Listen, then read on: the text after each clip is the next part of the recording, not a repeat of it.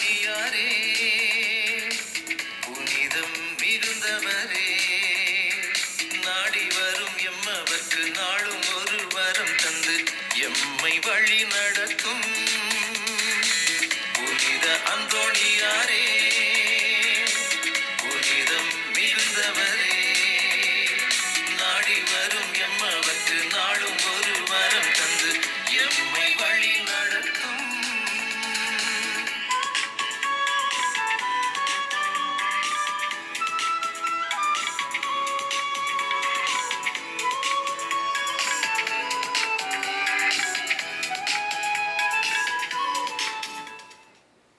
தந்தை மகன் தூயாவியாரின் பெயராலே ஆமீன். ஆண்டவர்களோடு இருப்பாராக, உம் ஆன்மாவோடும் இருப்பாராக. தூய லூக்கா எழுதிய பரிசுத்த நற்செய்தியிலிருந்து வாசகம். ஆண்டவரே மாட்சி உமக்கே. பிரிவு 21 இறை வார்த்தைகள் 5-11 முடிய. அக்காலத்தில் கோவிலை பற்றி சிலர் பேசிக் கொண்டிருந்தனர். கவின்மிகு கற்களாலும் நேர்ச்சி பொருட்களாலும் கோவில் அழகுபடுத்தப்பட்டிருக்கிறது என்று சிலர் பேசிக் கொண்டிருந்தனர். இயேசு இவற்றையெல்லாம் பார்த்தீர்கள் அல்லவா? ஒரு காலம் வரும், அப்போது கற்கள் ஒன்றின் மேல் ஒன்று இராத முடிவெல்லாம் இணைக்கப்படும் என்றார். அவர்கள் இயேசுவிடம், போதகரே, நீ கூறியவை எப்போது நிகழும்? இவை நிகழப் போகும் காலத்திற்கான அறிகுறி என்ன என்று கேட்டார்கள். அதற்கு அவர், நீங்கள் ஏமாறாதவாறு பார்த்துக் கொள்ளுங்கள். ஏனில் பலர் என் பெயரை வைத்துக் கொண்டு வந்து நானே அவர் என்றும் காலம் நெருங்கி வந்துவிட்டது என்றும் கூறுவார்கள். அவர்கள் பின்னே போகாதீர்கள். ஆனால் போர் விளக்குகளையும் குழப்பங்களையும் பற்றி கேள்விப்படும் பொழுது திகழ்கிறாதீர்கள். எனவே முதலில் நிகழத்தான் வேண்டும், ஆனால் உடனே முடிவு வராது என்றார். மேலும் அவர்களிடம் தொடர்ந்து கூறியது, நாட்டை எதிர்த்து நாடும், அரசை எதிர்த்து அரசுகளும், பெரிய நிலநடுக்கங்களும், பல இடங்களில் பஞ்சமும் கொள்ளை நோயும் ஏற்படும். அச்சுறுத்தக்கூடிய பெரிய அடையாளங்களும் வானில் தோன்றும் என்றார். இது வாழ்கிறோம் கிறிஸ்துவின் நற்செய்தி. கிறிஸ்துவே உமக்கு புகழ்.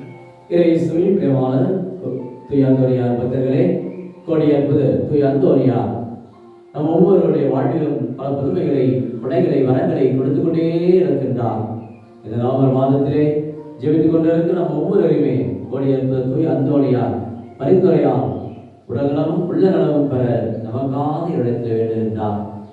நம்புங்கள், ஜெபியுங்கள், நல்லது நடக்கும் என்ற நம்பிக்கை நிறைந்த வார்த்தைகளால் தூய அந்தோனியார் ஒவ்வொருவருமே இறை வார்த்தையை ஒளியிலே நடக்க நீங்கள் உலகின் ஒளிரும் சுடர்களாக திகழுங்கள் என்று நம் ஒவ்வொருவருக்கும் அழைப்பு கொடுக்கின்றார்.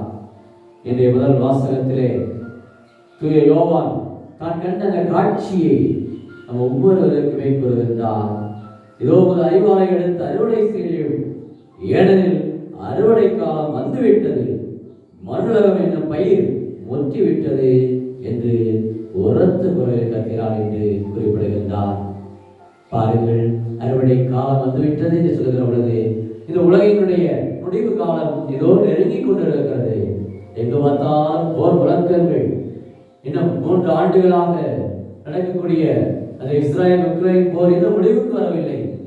இன்னும் பல்வேறு நாடுகளுக்கிடையே சண்டை சச்சரவுகள், போர் முழக்கங்கள், பல்வேறு விதமான நெருக்கடிகள், இயற்கை சீற்றங்களை இன்றைக்கு கண்கூடாக இன்றைக்கு பார்த்துக் கொண்டு இருக்கிறோம். வெள்ள அபாயம், மழை, வெள்ளம், இன்னும் பல்வேறு விதமான புயல் பாதிப்பு. அதான் ஆண்டவர் இன்றைக்கு நம்ம ஒவ்வொருவருக்குமே சொல்லுகிறார், இயற்கையில் எப்படி நிகழும், நீங்கள் அஞ்ச வேண்டாம், திகழ வேண்டாம், பயப்பட வேண்டாம். நாட்டை எதிர்த்து நாடும், அரசை எதிர்த்து அரசும் எழும் என்று சொல்லுகின்றார். பெரிய பெரிய நிலநடுக்கங்கள், அபாயங்கள் ஆங்காங்கே ஏற்பட்டுக் கொண்டிருக்கிறது. இவை எல்லாமே உலகத்தினுடைய முடிவுடைய வெளிப்பாடாயிட்டு கூட நம்முடைய உள்ளத்திலே பல்வேறு கேள்விகளை, அச்சம், நடுக்க இழக்கணும். ஆண்டவர் நம் மத்தியிலே இருக்கின்றார். நம் ஒவ்வொருவருக்கும் ஏதோ அறுவடை காலம் ஏதோ வந்துவிட்டது. நம்முடைய வாழ்க்கையினுடைய எல்லா காரியங்களையும் ஆண்டவர் நமக்கு நீதி தீர்ப்பு வழங்க இயேசு வருகிறார் என்பதை இன்றைக்கு யோவான் ஆசிரியர் அருமையாக நமக்கு குறிப்பிடுகின்றார். நாம் எத்தகைய ஒரு மனநிலையிலே இன்றைக்கு வாழ்ந்து கொண்டிருக்கிறோம். ஆண்டவர் இதோ இந்த இயேசுவின் தேவாலயத்தை சொல்லுகின்றார், ஒரு காலம் வரும், கற்கள் ஒன்றின் மேல் ஒன்று இடாதபடி இவை எல்லாம் இடிக்கப்படும் என்று சொல்கிறார். அவர்களோ இந்த எருசலேம் ஆலயத்துடைய இந்த கோயிலை பற்றி அழகுபடுத்தப்பட்டிருக்கிறது. நேர்ச்சை பொருட்களால் இவ்வாறாக கவிநயத்தோடு இருக்கின்ற பேசிக் கொண்டிருக்கிற பொழுது இவை இடிக்கப்படும் என்று சொல்கிறார். எப்படி இருக்கும் அது இஸ்ராயல் மக்களுடைய வாழ்விலே, அந்த எருசலேம் தேவாலயம் என்பது அவருடைய வாழ்விலே மிக முக்கியமான ஒரு கடவுளுடைய பிரசன்னத்தை பார்க்கக்கூடிய கவிஞர் நயங்களால் கட்டப்பட்ட ஒரு பெரிய ஒரு தேவாலயம் இடிக்கப்படும் என்று சொல்லுகிற பொழுது அவருடைய உள்ளத்திலே பல்வேறு கவலைகள். ஆண்டவர் சொல்லக்கூடியது, உள்ளம் என்ற அந்த கோயிலை நாம் கட்ட வேண்டும். உள்ளம் என்ற அந்த கோயிலிலே ஆண்டவர் குடியிருக்கிறார் என்பதை இன்றைக்கு ஒவ்வொருவருக்குமே ஆண்டவர் குறிப்பிடுகின்றார். 1 கொரிந்தியர் 1 அதிகாரம் 16-17 சொல்கிறார், உங்கள் உடலானது தூய ஆவி தங்கும் கோயில் என்பது உங்களுக்கு தெரியாதா என்று சொல்லுகின்றார். நம்முடைய உடல் பரிசுத்த ஆவியின் ஆலயமாக கட்டப்பட வேண்டும். நம்முடைய உள்ளத்திலே ஆண்டவர் குடிகொள்கின்றார் என்ற அந்த உயர்ந்த அந்த எண்ணத்திலே இன்றைய நாளிலே ஆண்டவரிடத்தில் வெகு கொடுப்போமா, ஜெபிப்போமா. அன்பின் தொடர்பு பிதாவே இயேசுவே, கொடியேற்பது தூய அந்தோனியா, இதனை கடவுளை அணுகிச் செல்லுங்கள், அவர் உங்களை தேடி வருவார் என்று ஒவ்வொருவருக்குமே அன்பின் வெளிப்பாட்டை இந்த நாளிலே கொடுக்கின்றார். கடவுளை தேடினார், கடவுளுடைய வார்த்தை அறிவித்தார். கொடியேற்பது தூய அந்தோனியா பல புதுமைகளை 11ஆம் நூற்றாண்டிலிருந்து இந்த 21ஆம் நூற்றாண்டு வரை யாரெல்லாம் அவரை தேடி வந்து வேண்டி ஜெபிக்கின்றோமோ எல்லா வரங்களையும் ஆண்டவரோடு பெற்றுக் கொடுக்கிறார்.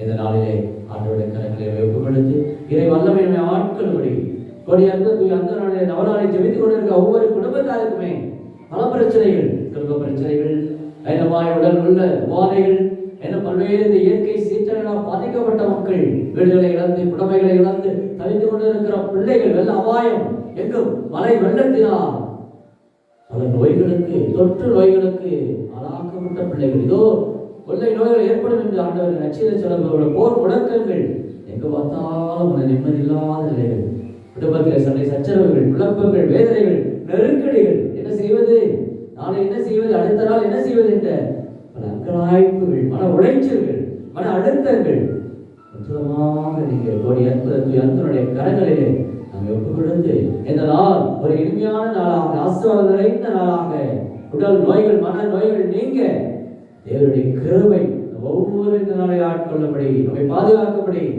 ஆண்டவரே கற்பாறையாக, ஆண்டவரே கோட்டையாக இருக்கிறார் என்பதிலே நம்பிக்கை கொண்டவர்களாக இந்த செவ்வாய்க்கிழமையிலே இயேசுடைய கரங்களிலே, அந்தோனியாருடைய கரங்களிலே நம்ம முழுமையாக ஒப்புக் கொடுத்து இறை வல்லமை நம்மை பாதுகாக்க, இதோ அறுவடை காலம் இதோ வந்துவிட்டது சொல்லுகிற பொழுது அனைத்துக்கும் தயார் நிலையில் இருக்கக்கூடிய மக்களாக ஆண்டவர் முன்பாக இதோ நம்முடைய செயல்களை எடுத்துரைக்கக்கூடிய மக்களாக இறை நம்பிக்கையிலே, இறை ஒன்றிப்பிலே வாழ ஆண்டவரை தேடுவோம். அவர் சொல்வது போல ஆண்டவரை தேடுங்கள் நீங்கள் வாழ்வீர்கள் என்று சொன்னது போல இயேசுடைய கரங்களிலே, தூய அந்தோனியாருடைய பரிந்துரையிலே நம்முடைய குடும்பத்தில் இருக்கிற எல்லா வேதனைகள், நம்முடைய குடும்பத்தில் இருக்கிற பொருளாதார பிரச்சனைகள், கடன் பாரங்கள், கடன் சுமைகள் எல்லாம் ஆண்டவருடைய கரங்களிலே ஒப்புக் கொடுப்போம். இன்னும் பல தேவைகளோடு ஜெபிக்கிற, விண்ணப்பங்களோடு ஜெபிக்கிற ஒவ்வொரு உள்ளங்களிலுமே ஆண்டவர் வெளிப்படுகிறார்.